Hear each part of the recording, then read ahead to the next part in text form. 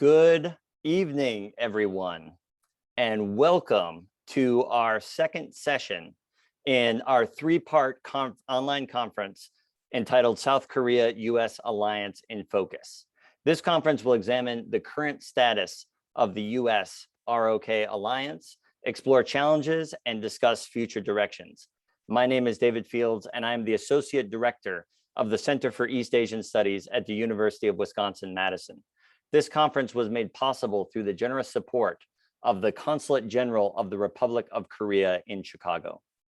North Korean nuclear weapons often dominate the discussion of challenges to the South Korean-US alliance, but other challenges abound, from North Korean conventional weapons to regional tensions to internal issues within the alliance itself. This second session of our conference, titled Beyond Nuclear Weapons, Conventional Challenges to the South Korea-US Alliance, will explore these issues with three distinguished presenters. To fully introduce our presenters would take more than the time we have, so I will introduce them very quickly, but links to their full bios can be found on the conference webpage at eastasia.wisc.edu/KoreaUS. Lieutenant General retired Chun has had a long and distinguished career in both Korea and the United States, where he spent a portion of his childhood. General Chun received his commission from the Korean Military Academy as an infantry officer in 1981 and went on to hold many important command and staff positions, including Director of U.S. Affairs at the Korean Ministry of National Defense, Deputy Chief of Staff for the ROK-US Combined Forces Command, Senior Member of the United Nations Military Armistice Commission, as well as Commander of the ROK 27th Infantry Division and Deputy Commander for the 1st ROK Army. General Chun has also held fellowships with the Brookings Institution, Johns Hopkins University in Washington, D.C., and Georgia Tech. Presently, he is Vice President for the Korea Freedom Foundation. KFF is a 65-year organization with 3.5 million members. He also serves on many boards and organizations as an advisor. General Chun's analysis regularly appears on nknews.org and in many other media outlets. We are also joined by Dr. Myong-hyun, who is a senior fellow at the Asan Institute for Policy Studies. Previously, Dr. Go was a postdoctoral researcher at the University of California, Los Angeles. His research applies quantitative perspectives to traditional and non-traditional security issues. Dr. Go's latest publications include In China's Shadow, Exposing North Korean Overseas Networks, and the Prevalence of Death and Disease in Chonggori Prison. Dr. Go is widely cited by the international media on North Korea, with a special focus on economy, sanctions, and the regime's long-term strategy. Dr. Go is a member of the Munich Security Conference and received his PhD in policy analysis from the Party Rand Graduate School. And finally, we are joined by Commander retired Fredrick Vincenzo, who is a visiting senior U.S. Naval Special Warfare Fellow with the Forward Defense Practice at the Atlantic Council's Scowcroft Center for Strategy and Security. Commander Vincenzo recently retired from a 28-year career as a naval officer, including more than 12 years or 4 tours of duty on the Korean Peninsula, specializing in security affairs. Commander Vincenzo graduated from the United States Naval Academy with a bachelor's degree in oceanography in 1993 and went on to successfully complete the arduous Basic Underwater Demolition or SEAL School in 1994. Commander Vincenzo's professional writing has appeared in numerous online security publications, and his largest collaborative piece, An Information-Based Strategy to Reduce North Korea's Increasing Threat, was cited by both the Wall Street Journal and Foreign Affairs magazines as one of the few unexplored options for dealing with an increasingly dangerous North Korea. I want to thank all of you for joining us today, and I especially want to thank General Chun and Dr. Go, not only for joining us from Korea, but for getting up very early in the morning to participate in this conference. And without further ado, I will turn it over to General Chun In-bum for his presentation. Thank you very much for joining us this morning. Thank you, Dr. Fields, for that introduction, and good evening, good morning to everyone. When we think about national security issues, we normally cite the DIME parameters, which is diplomacy, information, military, and economics. So we must always remember that all of these elements are very closely interconnected. One affects the other. But today we want to focus on the M portion, and especially on the non-nuclear portion. And I'm very excited about this because although to Americans living 8,000 miles away from North Korea, nuclear weapons is the main focus, for me, living only 40 miles away from North Korea, everything about North Korea M is a very significant threat. So right now, within the alliance, pertaining to the military issue, there are many issues. But we must always remember that the Korean War has not ended. So the shooting portion has ended, but right now, at this very moment, North Korea is conducting a information warfare that they are very adept at doing. And the goal is to create a seam between the alliance. And because our society is allow various opinions, it not only confuses a lot of the people, but it also, I think, dangerously confuses North Korea into thinking that their goals are actually working. So some of these issues are combined exercises. They use it very often now as an excuse for launching a missile or justifying nuclear weapons. Training, especially live fire trains. So this is different from the combined exercises. This pertains to the overall conditions or environment to which US forces on Korea can conduct daily missions. And this is not just the US military, but the Korean military as well has a very difficult situation with training because of the general population is more outspoken now. And so they're very adamant about the training of military, both US and ROC. OPCON transition, also people don't understand what it is, people don't like it, and people want it for the wrong reasons and so forth. Another contentious situation that the North Koreans use. Developing rocket and missile technology. Just yesterday, the North Koreans are saying that they have successfully launched and tested a hypersonic rocket ballistic missile gliding weapon system. So, you know, it's they're developing new technologies. The cyber threat, I mean, it's very potent, and it's I can't state how threatening this is. There are 4 cyber superpowers in the world: the United States, China, Israel, and North Korea, and not necessarily in that order. So, and of course the Russians. So the North Koreans are very adept at this capability. Chemical biological threat. The North Koreans have a tested and proven chemical capability. And the proof was a couple of years ago when they were able to successfully assassinate KJU's stepbrother, and they used a binary chemical substance, which was safe when it was divided, but once it was added up, it was very potent. And finally, what I would like to mention is ROC, South Korean force modernization.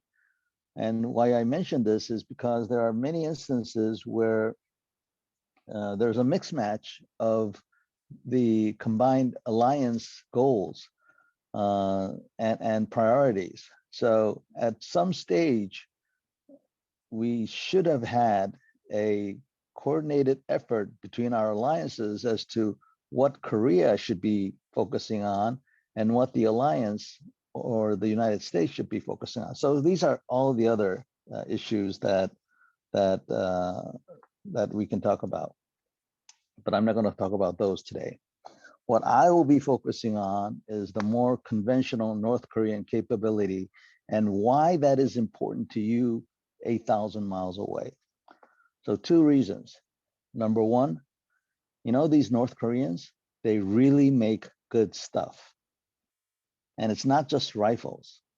They've been very ingenious in all the types of small arms, from pistols to rifles. It's quality stuff.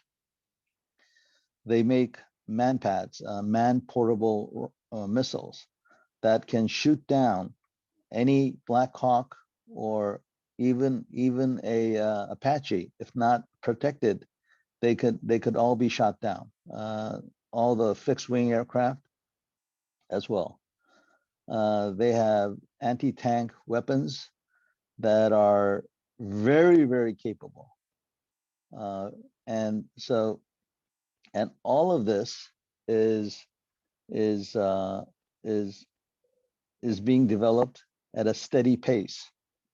So these weapons are out there, and the main reason that we all, including yourselves, need to be concerned and focused on this is because they're willing to export this stuff. And it's all going to our adversaries, especially to the United States, in unstable countries around the world. One report has it that the North Koreans used to be able to export $3 billion worth of these conventional weapons each year. Excuse me.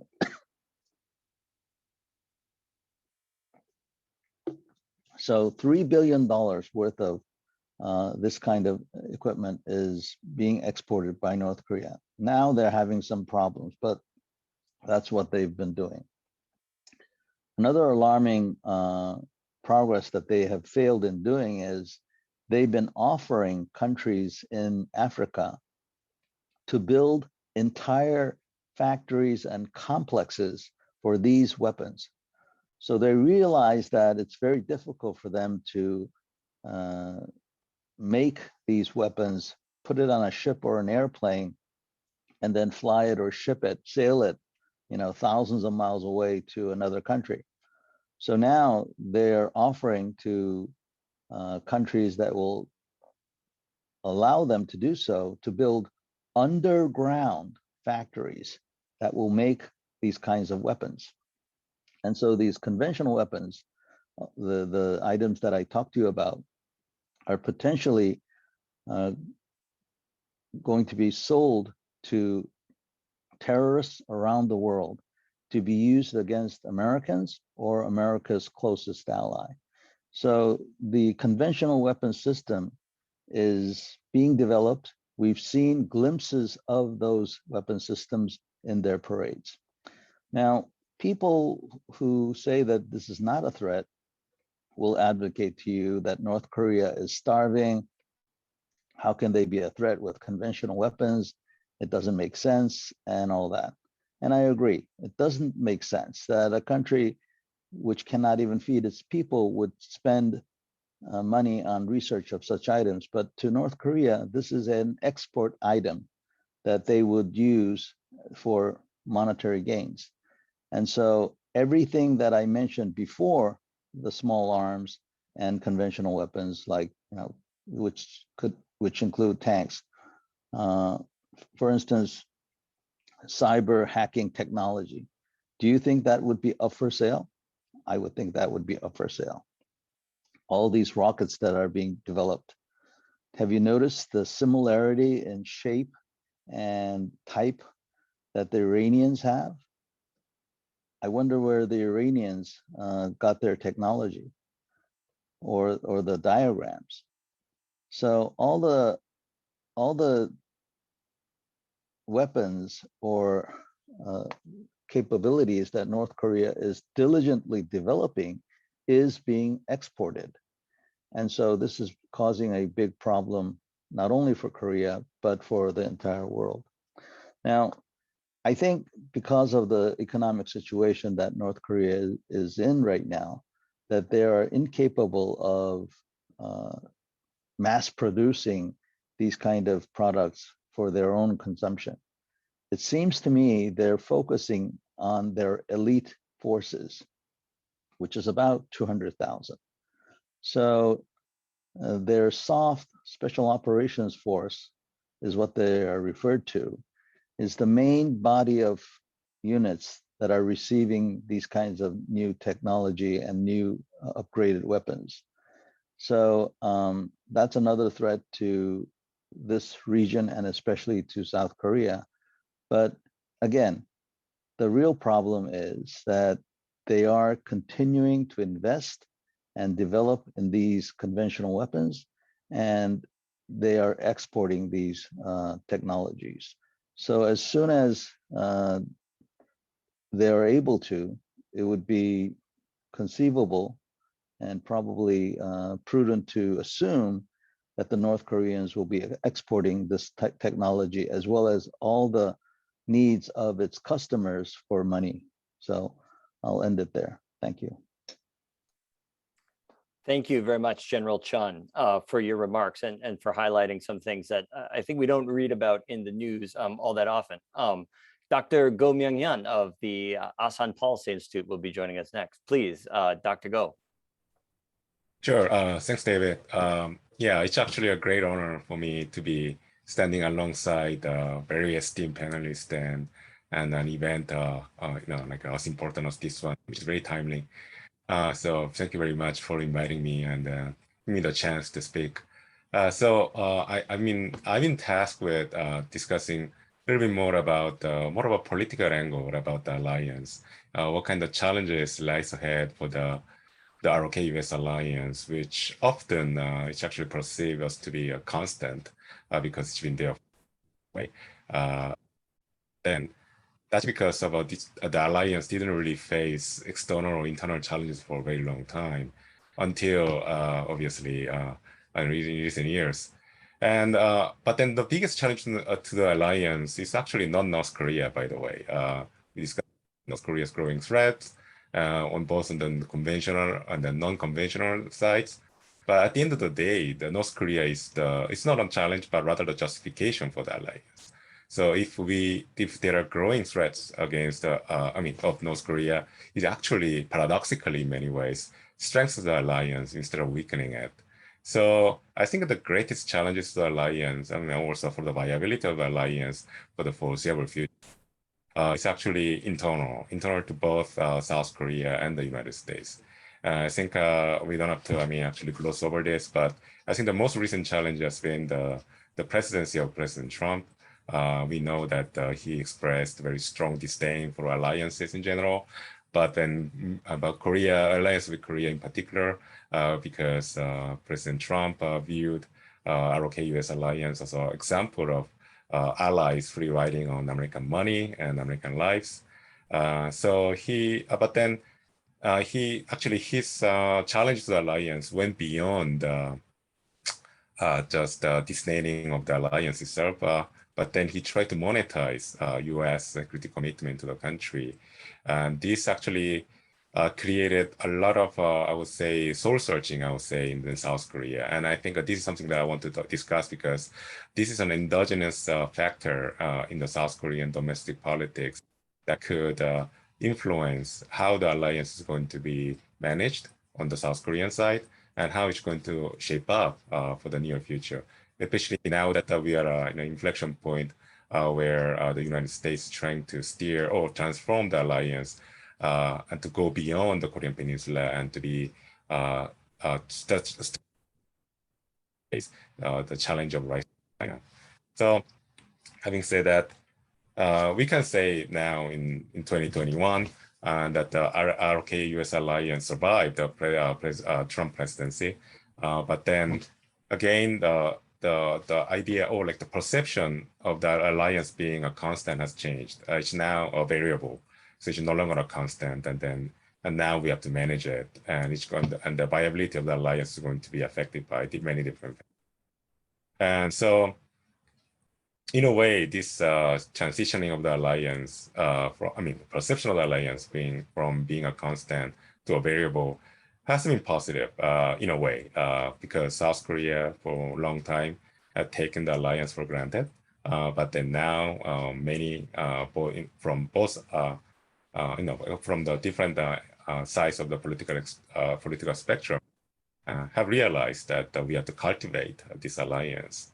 But then on the other hand, there's also a very clear negative side to this, which is that it actually exacerbated the concern that has been there historically in South Korea, but especially since the turn of the 21st century, that South Korea could be too closely bound to the United States that will leave little wiggle room if there's a wider conflict against China, which is still the South Korea's biggest export market. So I think if we don't manage this fear in the medium to long run, these doubts will be will not just persist, but will be amplified as well. So I think in a way, going beyond the concern about the unilateralisms and the great power competition between the United States and China, so we have to essentially reassess these changing views of the alliance within South Korea. I think there are two factors that come into play when it comes to analyzing and understanding this challenge from inside South Korea. The first, I think this is the first factor that I want to devote much of my time for my talk, is the firm establishment of the new democratic political elite in South Korea. We often call them by the moniker of 386 generation. I think many of you are listening to, participating in this event already know what 386 generation stands for. But these are basically student activists who became mainstream politicians, student activists who actually fought for democratization in the 80s, but then they have become mainstream politicians in the 90s and 2000s. I call them the democratic elites, not because the party in opposition now is anti-democratic, but it's because the 386 generation has clearly supplanted the previous political generation of that had made its mark in terms of economic development and industrialization of South Korea.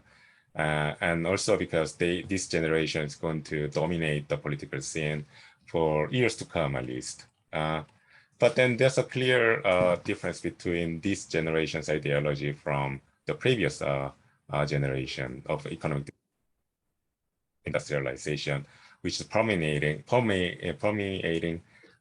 pretty much every aspect of South Korean policies these days. So this generation first emerged in the early 2000s with the presidency of President Myong-hyun. And then 10 years later, they have become formally established in the current administration of President Moon Jae-in. And the policy of inter-Korean reconciliation and the idea of strengthening sovereignty vis-a-vis the United States, for instance, through the Ocon transfer, have been actually originated with President Roh 10 years ago or 15 years ago now, and have been revived under the current president. So we have to go into President Roh's ideas before. And back then, President Roh wasn't, in a way, alliance skeptic. He, as I mentioned previously, he actually chafed at the idea of South Korea being constrained by the alliance and being entrapped in a possible conflict with China, rather than being abandoned by the United States, which actually characterized the relationship between South Korea and a much stronger ally, the United States, for a long time. So this idea actually is not just a reflection of a classic dilemma that a weaker ally has vis-a-vis a stronger ally. It's in a way, more critically, I would say, reflects very different, even I would say revisionist view of history of Korea in the recent, actually from the last. So in a way, the security policies of the current administration and the security policies of the democratic elite that I just described, at its core, it's more of a reflection of history rather than the realities of the region. And when I talk about the history, I'm referring to the Korea's own history of humiliation in the late 19th century and early 20th century, which culminated in the Korea's being colonized by the Japanese, and then afterwards being divided between the two Koreas. So in a way, the democratic elite or the 386 generation had developed their own theory of history, and in their view, South Korea and North Korea are both victims of meddlings by external powers, essentially China and the United States, or Soviet Union during the Cold War.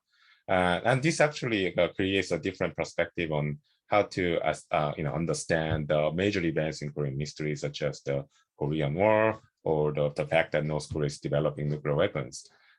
So from this revision, I would say like a different perspective of history, there's no, North Korea is not to be blamed for the Korean War or for the fact that it is developing.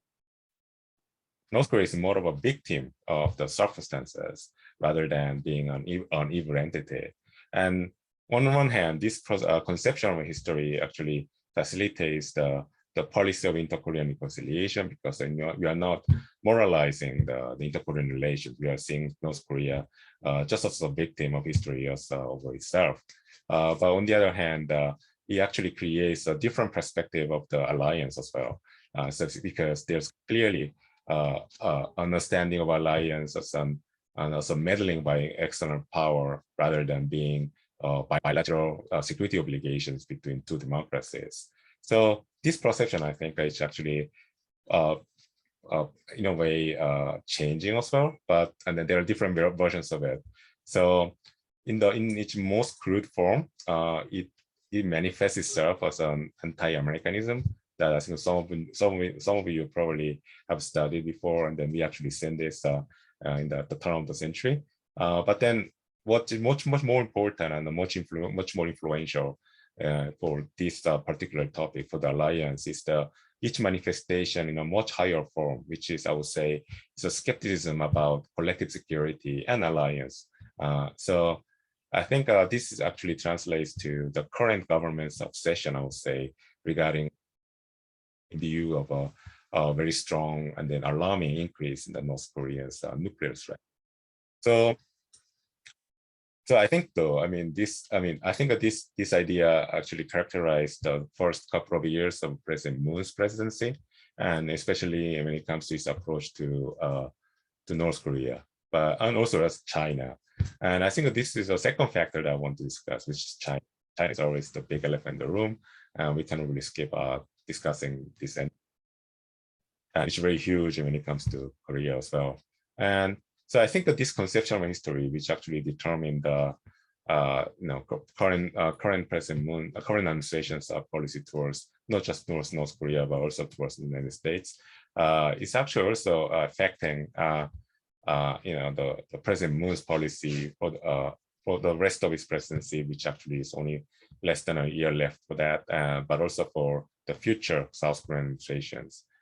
Even if we have progressive administration after President Moon leaves office, I think the new security reality that China is not as benign as we had thought, even like 5 years ago, is going to influence how and modify how the democratic elite views the alliance. And I think that for that, I think President Moon's experience with China has been very telling. President Moon came into the power with a very strong, I would say, pro-Chinese leanings, thinking that China could be a constructive partner for his inter-Korean policies, as well as balancing the United States to an extent. But then China did not reciprocate that feeling. I mean, for I think Chinese leadership especially perceived Korea to be a lesser player in Northeast Asia. So for that reason, China didn't have to pay much attention to South Korea's concerns. So he kept in place the unofficial economic sanctions that he had implemented at the beginning of President Moon's presidency because of the South Korea's agreement to deploy the missile defense system, the THAAD system in the country. So this lack of respect for South Korea's sovereignty by the Chinese, which is a very touchy issue. The sovereignty issue is a very touchy issue in South Korea. I think it actually caused a fundamental reassessment of China as a benign actor.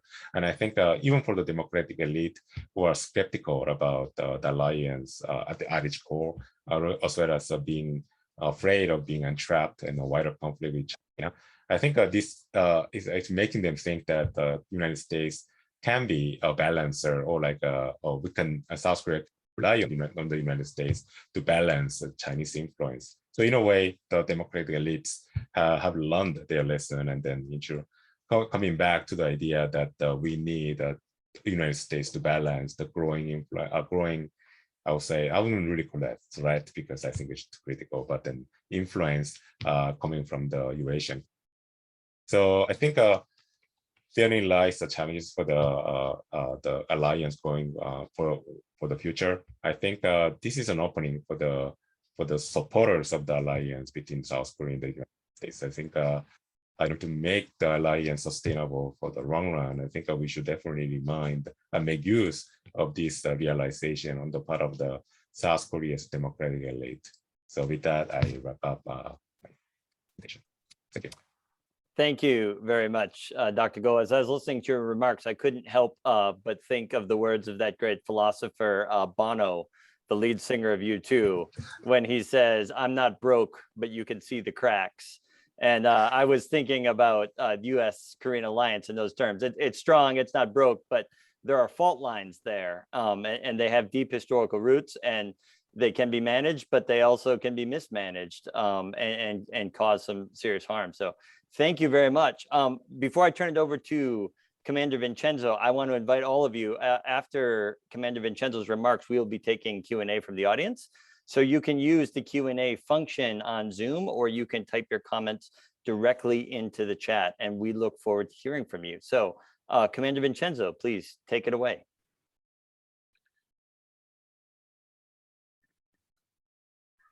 Thank you, David. I really appreciate the opportunity to speak tonight. I know General Chun from years past. I'm sure he doesn't recognize me like I recognized him, but I was part of the special operations component that he ran for a number of years. And Dr. it's a pleasure to be to listen to your presentation as well. I think both gentlemen kind of inadvertently set up the presentation that I'm going to speak about, because when I talk, it's going to be about the threat to the alliance. And something that I value very much. I lived in Korea for most of my adult life, and my children were raised there, and I 4 tours. So it's something that I really found valuable. And I think that we're talking about the threat beyond nuclear weapons, but I have to caveat that because of nuclear weapons, it makes these other capabilities that General Chun discussed much more relevant. And so without that, I'll move on. These are my thoughts. Obviously, I've retired now. They're not part of the government or Department of Defense, but it's still something I want to caveat. This is what I've worked on and focused on for a number of years. So I feel passionate about the alliance and its maintenance. So the dynamic has changed. For years, when I first was there, when it's part of SEAL Team 5, when things looked pretty bleak in 94, 95 timeframe, we kind of went out for exercises, et cetera, and it looked like things could go way wrong, but it didn't. And ultimately, the United States and the Republic of Korea had such an overwhelming military advantage, I believe, that North Korea could never go too far in terms of provocations. It was always going to back down. It's not saying it wouldn't make a mistake or it couldn't make mistakes, but even now, the United States has the ultimate hammer of being able just to come in and crush North Korea. But the closer it gets to being able to hold U.S. cities at real risk, this makes it extremely dangerous, not because it's going to attack, but because it undermines the credibility of U.S. military options, which I believe helps keep North Korea in check, helps keep it from using these other non-nuclear capabilities. General Chun talked all about the capabilities that he has from military to cyber and all these other things that could be very dangerous and how Kim might use them. Well, at the end of when the Cold War ended, the Soviet Union kind of came apart and North Korea lost its nuclear backer. So it became vulnerable to, if you went too far, the U.S. nothing to stop the U.S. from coming and ending it. So it said about, I believe, in a colloquial sort of explanation, it said about fixing that. And it spent the last 20 to 30 years building a credible nuclear threat. And it's getting very close to being able to threaten the United States with a real weapon that, our National Security Council would look at the president and say, Madam or Mr. President, I do not believe we can stop if he launches multiple rockets, and I don't believe we can stop. Now, again, it's my personal opinion. I'm no longer have access to any of the things that we can see when you're in the military, but it's in the open press. You can see that North Korea is getting very close to being able to credibly challenge our defense systems, and I think that marks a changing point because it enables these other capabilities. Once North Korea has that the backstop and cover, it could use cyber to demonstrate it could take down U.S. power grid, or it can undermine U.S. economic power, or do something to South Korea with a cyber kinetic, that causes kinetic problems that cause casualties, or military provocations. If you look at the Yongbyon-do, I was there, no, Chun was there when in Korea when it happened, and North Korea, it was a big shock to everyone, but then it was very localized, and it had two ROK Marines and two ROK civilian casualties, which was terrible. But in the grand scheme of things, they fired more than 100 artillery shells and shotgunned them all over the place, and largely missed their target, and killed civilians, hit cities, but didn't really create that much damage on the end of the day. But with precision weapons that they've created over the past decade, in fact, like General Chun pointed out, they just tested them, just continue to test them. This makes it so North Korea could hit exactly what it's aiming at. So if it wants to do a precision strike on U.S. ROK military target or U.S. base on Korea, this is a way to very precisely target and have political effects without civilian casualties potentially. This makes these conventional capabilities much more dangerous for provocation purposes. And I'll just throw the last one on there. I'll just talk about nuclear proliferation. If North Korea wanted to proliferate a nuclear weapon, we talked about how its regular conventional weapons go everywhere. But if it wanted to sell a nuclear weapon to Iran, would the United States go to war to stop it? Maybe, but that takes a serious decision, because a war to stop it likely could mean a nuclear exchange on U.S. cities. That makes, who's going to stop him if he wants to? It puts it in a whole different level of risk. And I'm not saying Kim would do this, but I'm saying now as a superpower, this becomes a real consideration they never had to face. And this, the changing dynamic.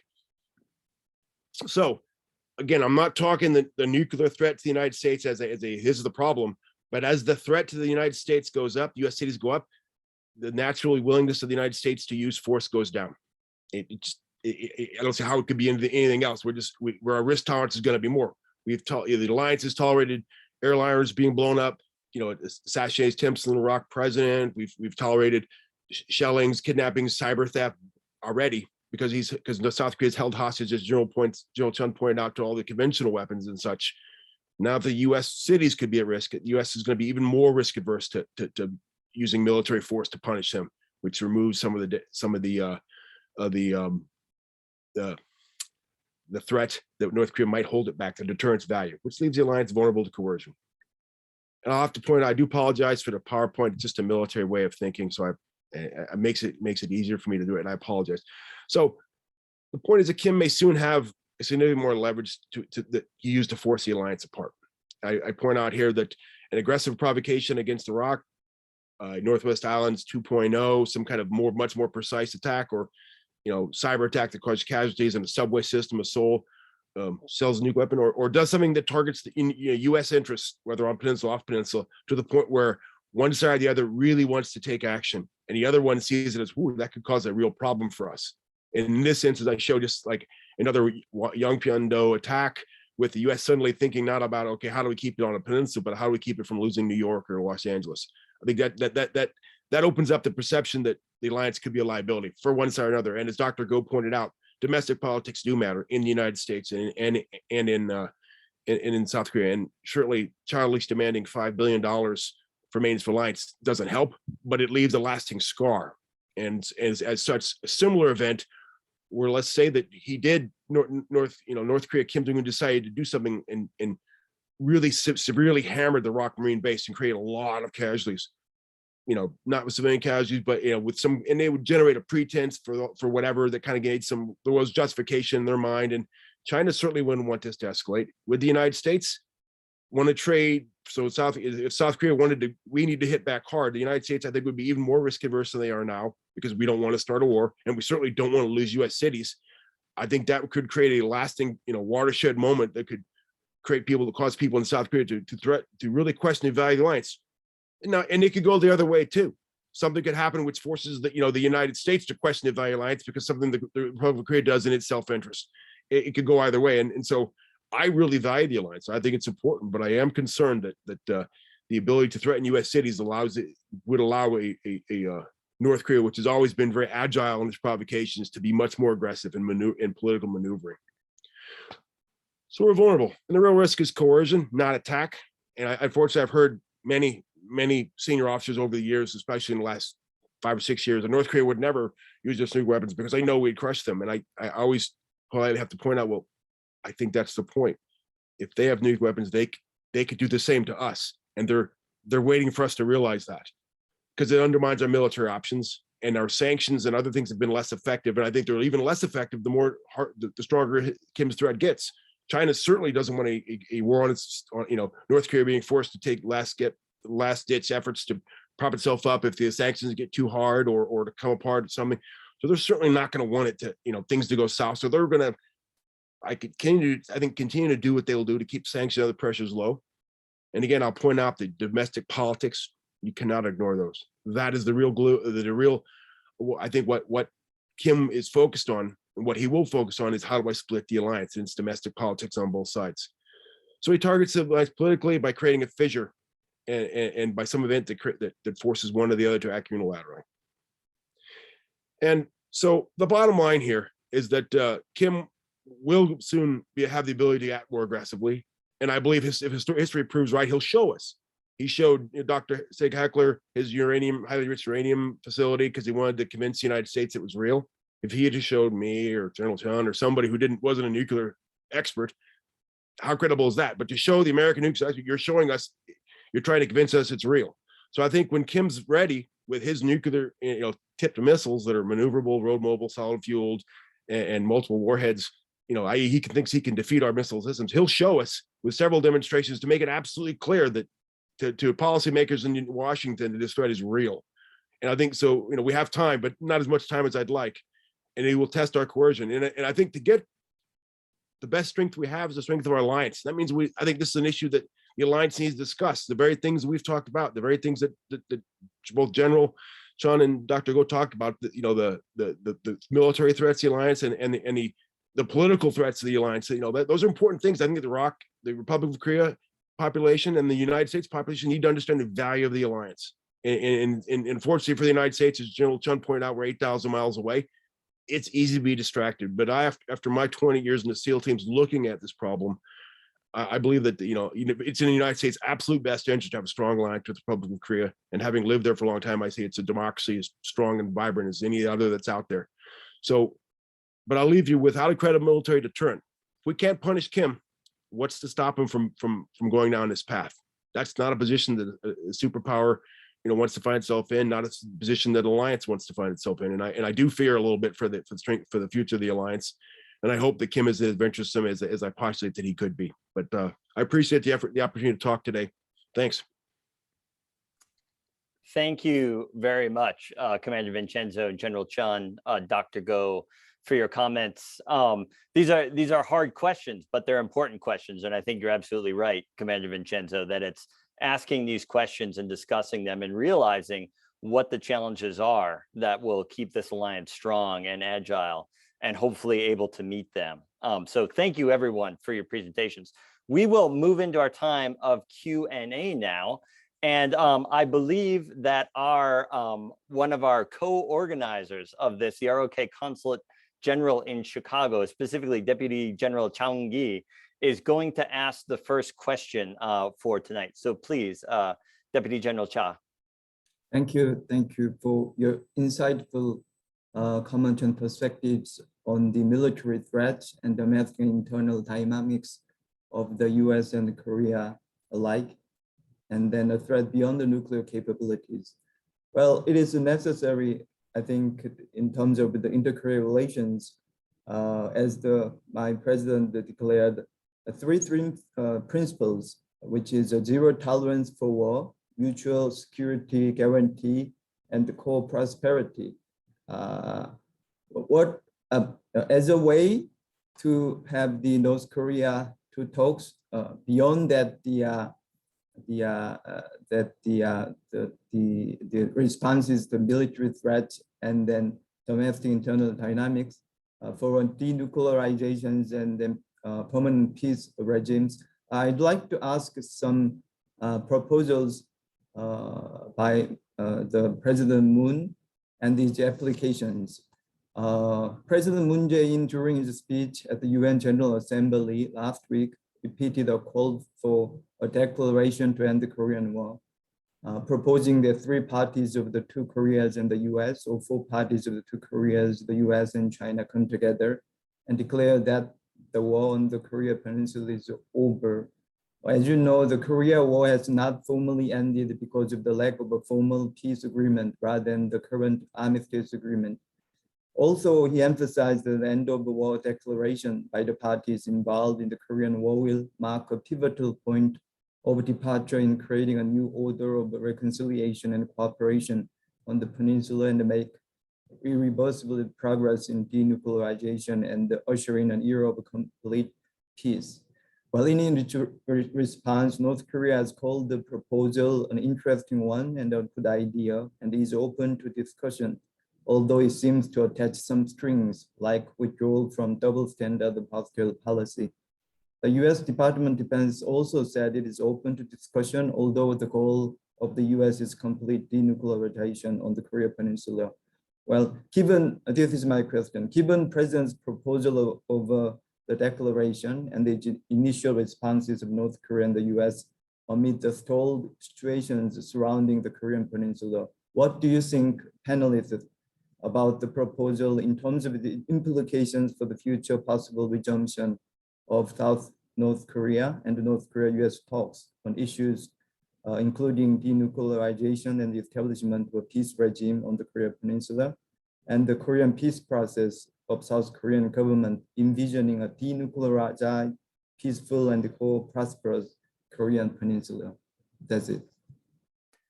Thank you very much. And maybe it's such an important question, and maybe we can go in the order of which you presented. So General Chun, Dr. Go, and Commander Vincenzo.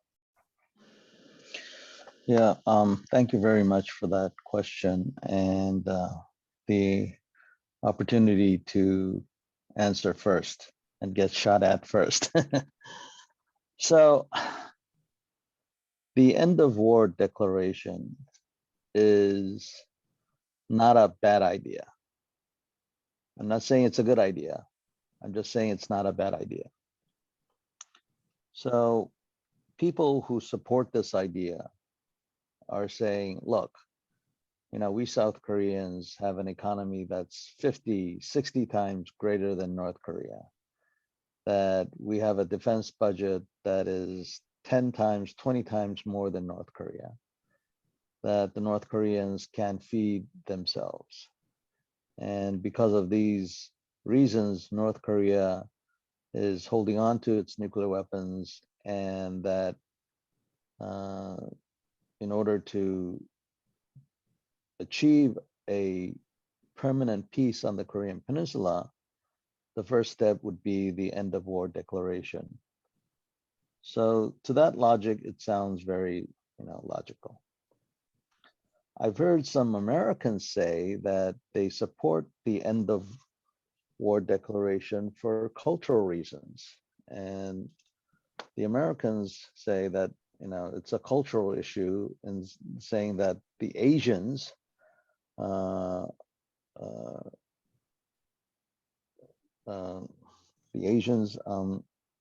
value relations, and so in order to have a built relations, which is basically trust, that the stronger side, which is the alliance, needs to provide a goodwill gesture in the form of a end of war declaration, a form of a embassy in Pyongyang maybe, or a representative in Pyongyang, and other diplomatic initiatives.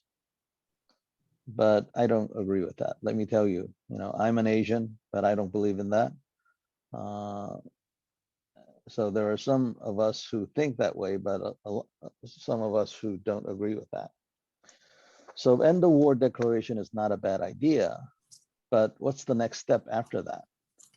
If it is a North Korean commitment to denuclearization, if the North Koreans say, we will denuclearize, and here's the list of facilities that we are willing to negotiate, and you can come to these facilities and check them out and all that, I would say, yeah, that's worth that declaration, which might lead to a peace treaty. And then because of all the initial, even now, the North Koreans know that it's going to be a long shot for an end of war declaration, but even now they're talking about a peace treaty, and what that would imply to, number one, the United Nations Command. Oh, by the way, which interestingly is constantly under attack right now. I wonder why the North Koreans attack the United Nations Command. Do you think that it might be that it's a stepping stone to demand a withdrawal of US forces from Korea because now we have peace on the Korean Peninsula? I mean, the logic would fit in quite nicely that there's no war, we have a peace treaty, so why do we need foreign troops on the Korean Peninsula? And so unless there are concrete assurances from North Korea saying that a declaration of war, number one, does not imply or has anything to do with US forces in Korea or the United Nations Command, which even that I would not be comfortable with because they have a tendency of not keeping their word and in fact just lying, that it would still not be comfortable. Secondly, I have come to the conclusion, and it's not because I was a military man, but I gave North Korea the benefit of the doubt, and I tried to think in their position and all, but the fact of the matter is that North Korea is never going to give up its nuclear weapons because its nuclear weapons is not only aimed at the United States or South Korea, it's actually needed to keep Kim and his family and his cronies in power. In other words, it's to control his own people. So because he has a dictatorial, state, he needs his nuclear weapons, and so he's never going to give it up. So with all these conditions, unless we think through all of these implications, I would be very concerned about the first step of end of war declaration. So hopefully my government will be able to address these issues and proceed with the end of war declaration, but with all of these in mind. But this question is not only for the Moon administration or for a liberal or a progressive administration. It's going to be a big question for the conservatives as well. What do they think? What must be the conditions? Because we can't just be like this forever. There needs to be some sort of change. So I think this is not a bad idea, but there are so many implications that we need to think through all of the second and third order effects that will come from this initiative. Thank you. Yeah, so I mean, I totally agree with what General Chun just described and gave actually, and I think he gave an excellent overview of the ramifications of signing or agreeing to the end of the declaration to end the war in the Korean Peninsula. So I stand totally behind him. Perhaps it's a good place to be with if everyone is taking a shot at him, this argument too. So having said that, though, I think we also have to look at this issue from the North Korean perspective. I mean, of course, I'm not, representing the North Korean view because I have some inklings on how North Koreans think, but then absolutely have no idea what they're thinking. But what I can say is that what's interesting about this issue is that North Korea doesn't seem to be in a hurry to sign the end of the war declaration with South Korea or the United States. This idea has been on a South Korean idea and initiative ever since President Moon launched this idea in 2018.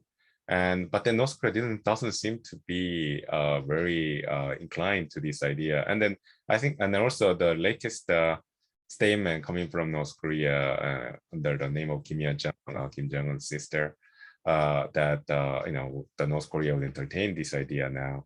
And the fact of the matter that concession comes with preconditions, and then that fact shows that North Korea is treating this issue of end of the world declaration as a tradable good, I would say. In a way, I think North Korea is treating this as a bargaining chip with South Korea. If you look at the preconditions, essentially North Korea is asking South Korea to somehow influence not just South Korea's own policy of deterrence, but also the American policy of deterrence against the North, which the North Koreans call hostile policies towards them. So clearly, they're treating this as a bargaining chip, and in that sense, I think North Korea doesn't see an inherent value in it that the President Moon sees, which for President Moon is the logical step towards transitioning from the armistice regime to a peace regime in the Korean Peninsula. So I think the reason why North Koreans are treating the end of the world declaration this way is because they clearly think that this is just a symbolic step, and also it doesn't help their strategy of being recognized as a nuclear weapon state by the United States. So they probably want steps or concessions being made in that regard, meaning nuclear diplomacy being more favorable towards the idea of making North Korea or recognizing North Korea as a nuclear state, rather than talking about each denuclearization, as well as putting priority on lifting the sanctions currently in place against their economy, rather than going through the motions of legalistic motions of agreeing to the end of the war declaration at this juncture. So there are competition priorities and here between North Korea and South Korea, and I think North Korea is now through Kim Yo-jong's statements insisting on the South and by extension on Washington to see things from North Korean's angle. So. And then only then North Korea will, agree to taking the step of signing the end of the war declaration. So I think the ramifications that the General Chun just outlined are there, but it's definitely there, and I think I totally agree with that. But I think that this different order of priority by the North and South and the United States, of course, is actually causing the current lack of progress or impasse when it comes to the end of the world.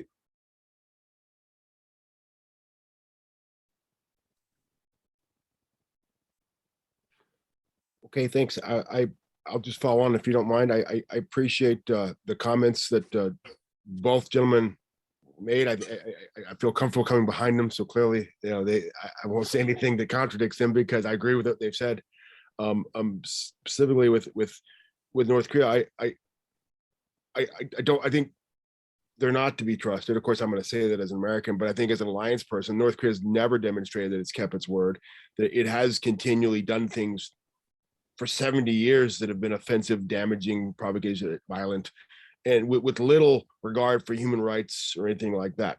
So while I welcome, as General Chun, it's not a bad idea, but I think the concrete assurance that we need that the alliance, that South Korea, that the United States should have, is that North Korea is changing its human rights posture, because I don't see how it works. I don't see how peace is expressed on the Korean Peninsula or anything else, as long as North Korea exists in the form that it does. The Kim family takes absolute advantage of its population, uses prison, death camps, whatever you want to say about it. It's not a very nice place and doesn't treat its people very nice. So how could it ever coexist alongside a vibrant liberal democracy like South Korea? I'd like to think it could, but without real changes, and not, hey, we're going to make changes over time, because they say that all the time, but without real changes, I'd be very nervous that this goes down the wrong path, as General Chun pointed out, and to extent, Dr. O the same way. We would like to have a peace declaration, and peace would be ideal. No one wants to host a war, but without real changes in its human rights posture, I believe we're just kicking the can down the road, and it's dangerous to make rapid changes to the alliance, or that would to the status of the UN command, or the reason rationale for the alliance, because domestic politics do matter on both sides, and we're always in democracies, you're always one presidential cycle away from rapid, massive policy changes based on will. And we've seen that more in the past decade or so, without specifics that everybody's thinking of. We've seen how that could really, the presidential mandates and directives on either side could make real policy, real changes that affect the alliance. I think you take away the war declaration, you put a peace declaration, people pretend there's peace, and we move on, and 2 years later we're in a real problem. Who knows? But I would say if we see concrete assurances as of real changes in human rights posture, freedoms of speech opening up, again, kind of deliberate over time, I think we could follow along with deliberate over time, reduction of or increase in the peace overtures and all that stuff. But I think without the changes in how North Korea treats its people, they're really not changing. And I think it creates real danger for the Republic of Korea to if politicians on one side or the other think, of the ocean think that North Korea is changing without those changes. Thank you very much to all of our panelists for a very thoughtful response. And thank you, Deputy Consul Cha, for your question and for opening up such a great conversation. We have a number of questions in the chat. So I will go ahead and I will kind of direct them. The first question, which I would like to direct to Dr. Go and General Chun, because Commander Vincenzo, you'll get a few questions down the way. The first question is from my friend and colleague at OSU, Mitch Lerner, who writes, there was a report today about a new political prison camp in North Korea in North Pyongan province. And some claims that this reflects the growing number of people who are being arrested for defying the regime. Does the panel think there may be increased signs of instability within the Kim government?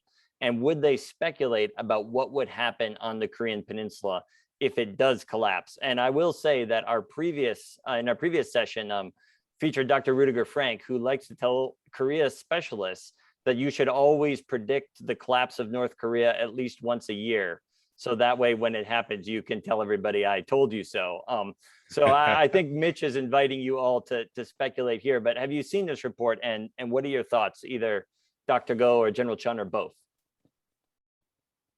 So I'll take a step first. It's like for political prison camps, it's one area I was looking into a couple of years ago. So I have some understanding of that system. So even though I have only one work in that domain and that topic, and that's on the KoreaUS system, which is the ordinary prison camps in North Korea, rather than the political prison camps, which are more notorious, outside of the Korean people.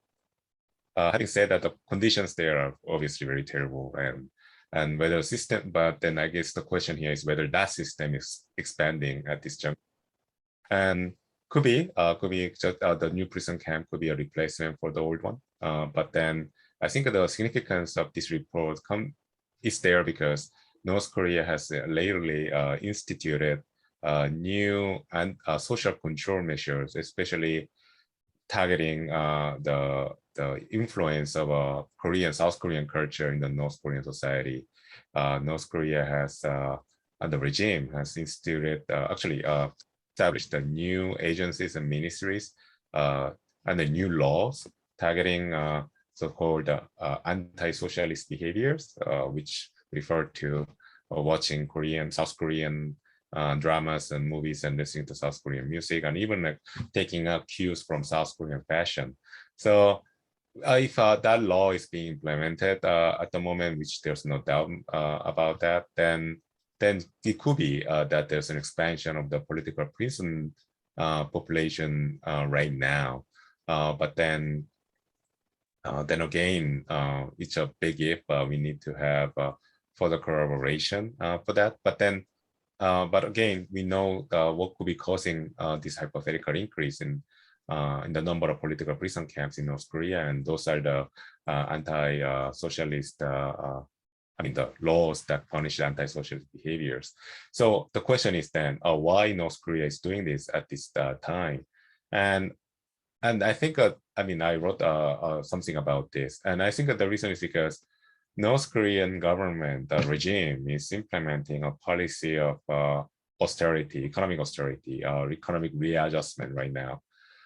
This is very telling because North Korea, under Kim Jong-un, North Korea had engaged in a limited form of economic opening with China. and then that actually expanded, facilitated the expansion of Changmadang, the private market system in North Korea. And the private market in North Korea is essentially logistic hubs or like the distribution hubs for Chinese imports. So, but then with the growing Chinese imports, what happened was North Korea ran a huge trade deficit with China, even larger than the historical averages. So North Korea has been financing that through exports of mineral ores and coal and exporting labor, especially.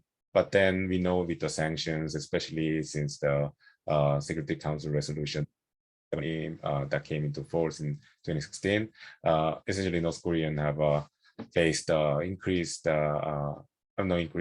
challenges, but then essentially they are running out of money very quickly.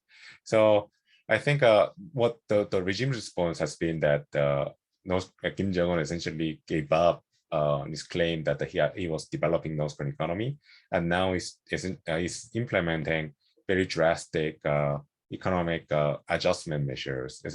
He says he's trying to. The objective of these measures is to shrink the size of trade deficit, and for that he's targeting the North Korean Changmadang. So all these import bans that have been in place since last year, and then it's reported to be caused by the COVID-19 concerns. That's definitely true, but I suspect partly that some of the import ban measures came into force not because of COVID, but then there's also the ulterior motive of controlling the growing trade deficit with China. So with that, what North Korean regime is facing and the North Korean population is facing at the moment is very drastic reduction in income. And we know with the reduction in economic income, that leads to political discontent. And I think the North Korean regime, instead of trying to reform the economy or reopen the economy, and also make a deal with the outside to lift the sanctions, instead the regime is resorting to very oppressive measures to control the population. So this is a sign that the North Korean regime is clearly facing strong pressure and responding in a very reactionary manner. Whether that's going to lead to the collapse of the regime, I doubt it.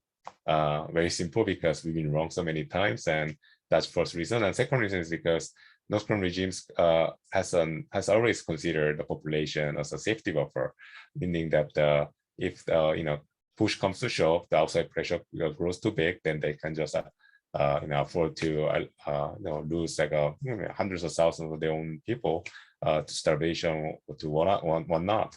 So that's what North Korean had in mind anyways, and then they are implementing that measure right now.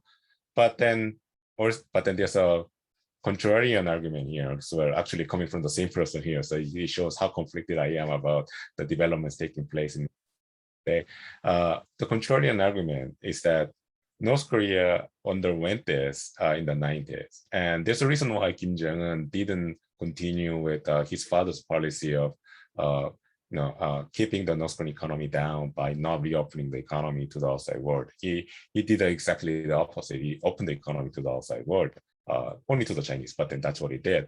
So why did he do that? Why did he allow the North Korean people to have an increased income, increased consumption in the last 10 years? And my feeling is that Kim Jong-un realized that the North Korean people suffered greatly in the 90s, and therefore he couldn't continue with the policy of economic oppression just as his father did his leadership. So I think that there's some concern in the North Korean regime that they don't know exactly what the breaking point is for the North Korean people. So it could be that the North Korean people are going to stay docile despite the increased oppressive measures that are coming into place right now by the North Korean leadership. Or could be that the North Korean people are reaching a breaking point at the moment, as we are speaking right now. It could lead to some sort of I would say civil disobedience by not participating in North Korean state-mandated economic production policies. So it could be happening at the moment as well. So as we speak, so yeah, so there are some conflicting views right now, even within same person. So we'll see how this pans out in the near future.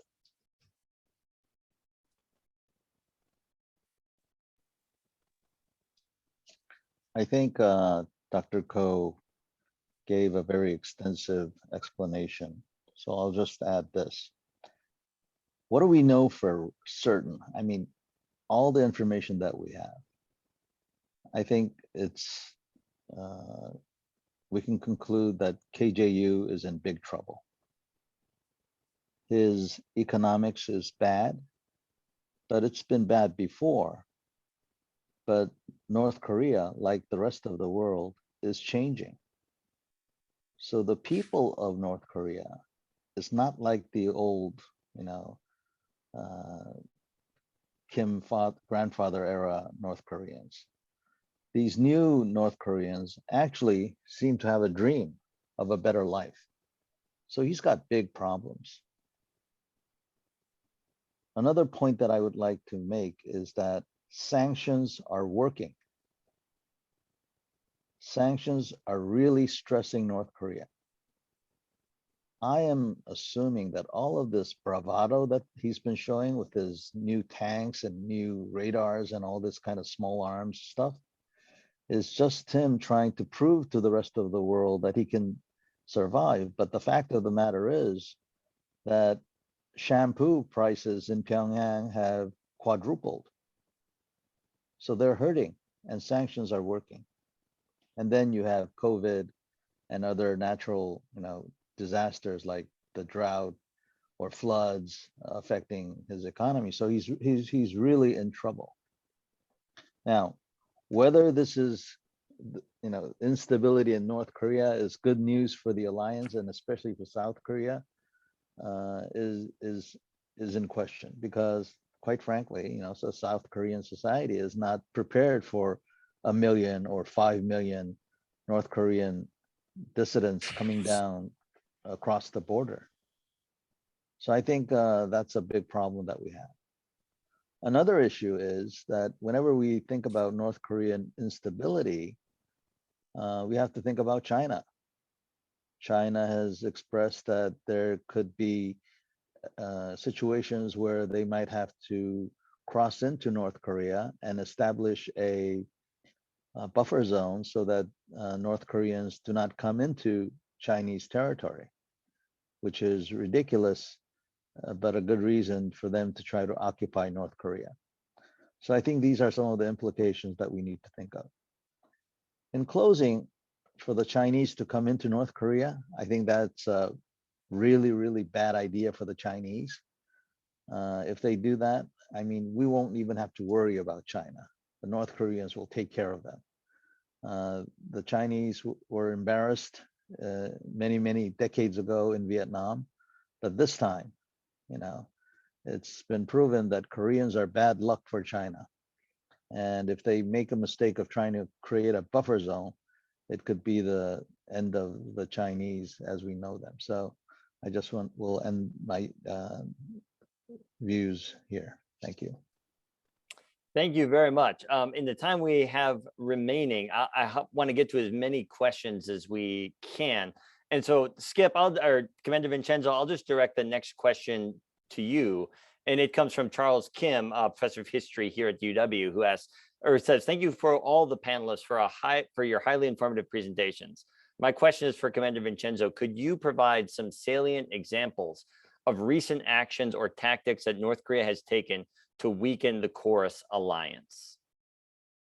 Okay, sure. I'll say two things. First, I'll say developing nuclear weapons and very precision short-term or short-range missiles and those capabilities are absolutely aimed at weakening the alliance.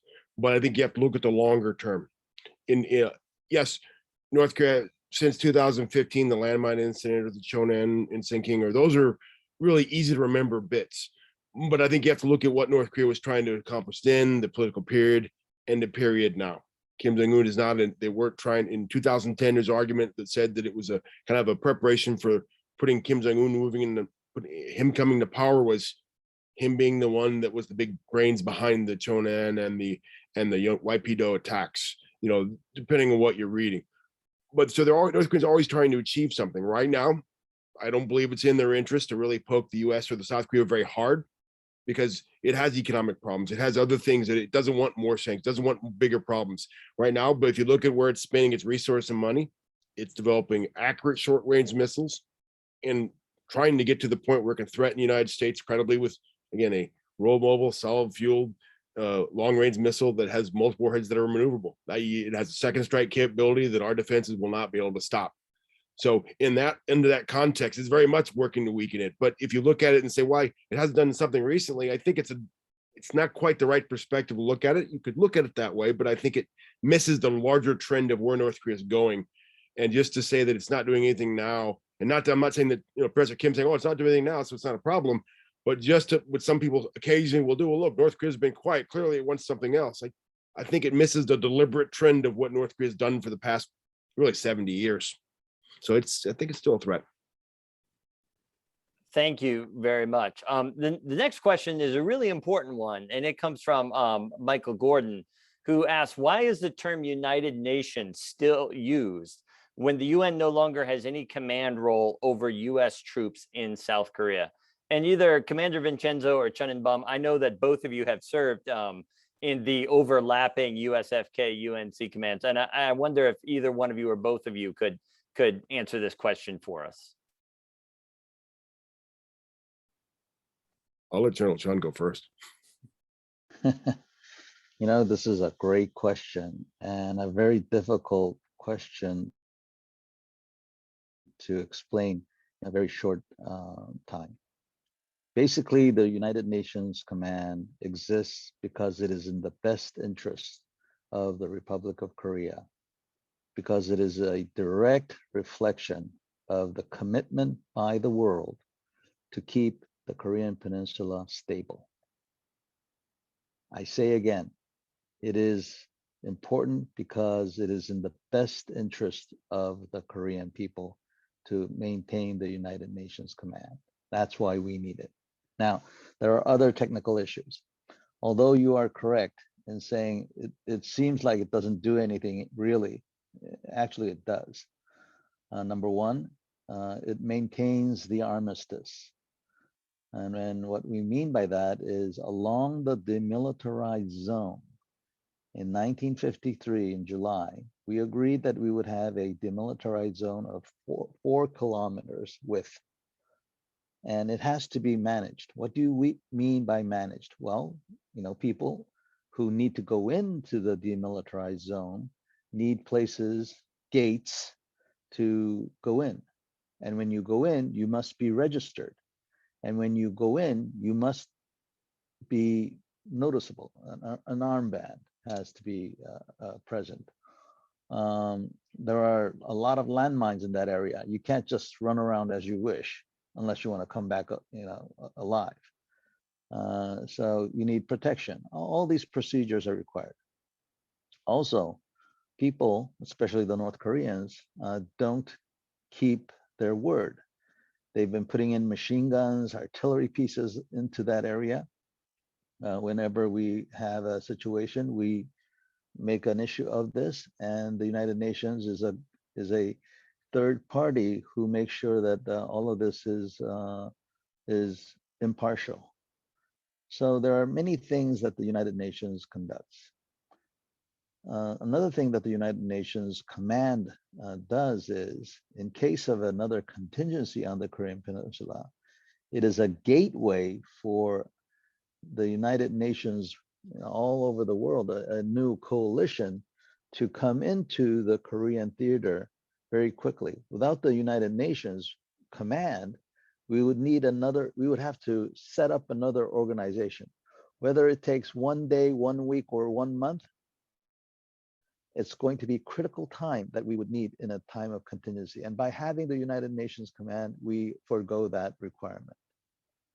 Finally, it's amazing, but because we have the United Nations Command, we are able to use, I believe it's 8 bases in Japan, naval and air bases, in support of operations on the Korean Peninsula without the agreement of the Japanese government. I mean, it's as if the entire islands of Japan is an aircraft carrier that supports operations on the Korean Peninsula.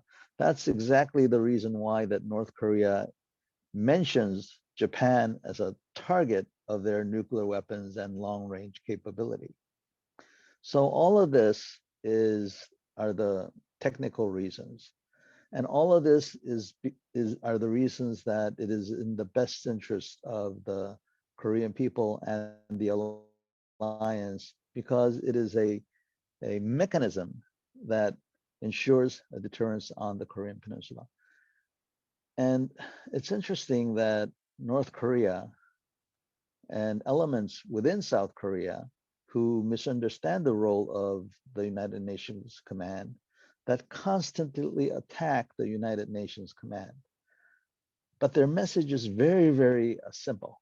They say the DMZ is sovereign Korean territory. How come we can't go in there without the United Nations Command approval? Well, it's because it has landmines, for one thing. If it wasn't the United Nations Command, it would have to be some other organization. Let's say the Korean Ministry of National Defense had that authority and we didn't have the United Nations Command. You would still need approval to go into that area. Secondly, it is false information that the United Nations Command is an obstacle to inter-Korean exchange. Now, there are some, UNC officers who are not smart enough to see the bigger picture, and maybe they didn't do their paperwork, this day or that day. But I am absolutely sure that nobody in the United Nations Command would deliberately delay or try to be an obstacle for inter-Korean relations. That's just baloney. You should not believe it. As a Korean, do you think I would allow an American or a Brit or anybody else to intercede with the peaceful unification of my country? That's absurd. And finally, this goes to the final issue. Right now, the United Nations Command is trying to revitalize the United Nations Command. What this means is, right now, it's about 60 people. They want to grow it into 200 or 250, okay? And this is because once the Koreans have OPCON, then all the command relationships on the Korean Peninsula changes, and they need a United Nations Command which can function more realistically and pragmatically. Some people are criticizing that this is proof that the United Nations Command is going to try to control us South Koreans after OPCON transition. This is ridiculous. Again, I ask you, do you think officers like myself are going to allow a third country to harm our national interests? No, we're not going to do that. And especially among the 200 staff that they want to grow, 150 of them will be South Korean. There will be, it doesn't matter if the UN commander is an American 4-star or a UK 4-star or whatever. There will be Koreans in every element of this command that, everything that that does not meet the interests of our country, we can raise our hands and say, no, we don't like that, and we're not going to agree to that. And so I just want to point that out. And please, to the Koreans who are listening into this, all this thing about Japan and Japan bashing. Oh, grow up. The Japanese are different from the Japanese 100 years ago. And I'm glad to see that this morning a new poll came out saying that the Koreans now favor Japan over China. And I really welcome that poll, and I would just like to share that news with the group that is here today. Thank you, and excuse me for my long explanation. Thank you, General Chun. Commander Vincenzo, do you have anything to add on the UNC? I'm sure that you've been in and out of that organization over your time in Korea. Yes, but in the interest of time, I'll keep really brief. I completely agree with General Chun. I mean, I think he nailed it. Obviously, he's been a lot of time there, and he couldn't have. I couldn't add anything on that other than I would say that I believe in the legitimacy of the organization. And like he said, the Koreans wouldn't stand for it. And yes, people make mistakes. I've worked with uninformed Americans and other folks, both in Korea and elsewhere in coalitions, that yes, there are cultural misunderstandings, but this is a democracy. People don't stand for things that are nefarious. We hear about it. You would hear, the multitude of leaked documents and this, if it was really truly nefarious. No, the United Nations is there, just as General Chun said, and that it has organizational parts like the neutral nations that are part of it that really help investigate and clarify incidents. I used to know very well some of the Swiss and the Swedish officers up at the DMZ when I was a younger frogman there. And whenever there was an incident, they would go and investigate and provide neutral, impartial, here's what actually happened. And it's easy to say, oh no, they're on the US side. No, they're not. That's not the way it works. They provide, no, United States, they didn't follow procedures here when the North Koreans did this or the South Koreans did this, and they provide lessons learned. And the purpose is to keep war from happening again. So that's the real, I can't add any more, but I really appreciate what General Chun said. He nailed it spot on. Thank you very much. And thank you, Michael Gordon, for asking that question and giving General Chun and Commander Vincenzo really not enough time, but at least a very brief answer of what the UNC does in Korea. And I think maybe at some time in the future, we need to organize a session strictly on the UNC command, because I can remember when I first started studying the alliance, trying to disaggregate the USFK and the CFC and the UNC and trying to figure out what was what and trying to figure out what roles they have. And each of these roles is very important. And I think maybe a good thing to strengthen the alliance would be to try to raise understanding of how these different things function, why they're necessary, and what we need them there for. So thank you very much for highlighting that. And I guess as moderator, I will just like to end it tonight by taking the opportunity to give one of my own observations. And that is, I feel like whenever I see the North Korean issue described as a bilateral issue between North Korea and the United States, and overlooking the role of the ROK, overlooking the role of the UNC and the long history that organization has played in maintaining the peace and security of the Korean Peninsula, I think, wow, we have a lot of work to do. And I think all of you have done an excellent job tonight of delving into these issues of pointing out the challenges that the alliance faces going forward, but also pointing out some of the real strengths that the alliance has. And I think you've all contributed to that tonight by trying to educate as many people as possible on these issues. So thank you to today's presenters for such an enlightening discussion. Thank you to General Chun Dr. Go Myong-hyun, Commander Fredrick Vincenzo, also to Deputy Consul General Cha. I want to thank the Consulate General of the Republic of Korea in Chicago for their generous support of this conference. I also want to thank the Korea Defense Veterans Association for their promotional support.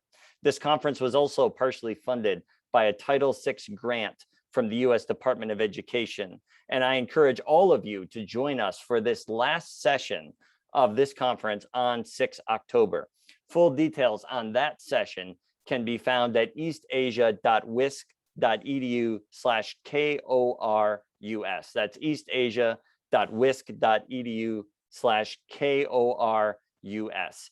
All of these sessions have been recorded, and they will be appearing on the CEAS YouTube channel soon after the conference closes. So please visit our website to find the link to our YouTube channel at the bottom of the page. Thank you everyone for joining us, and I hope I will see many of you again on the 6th of October. Good night.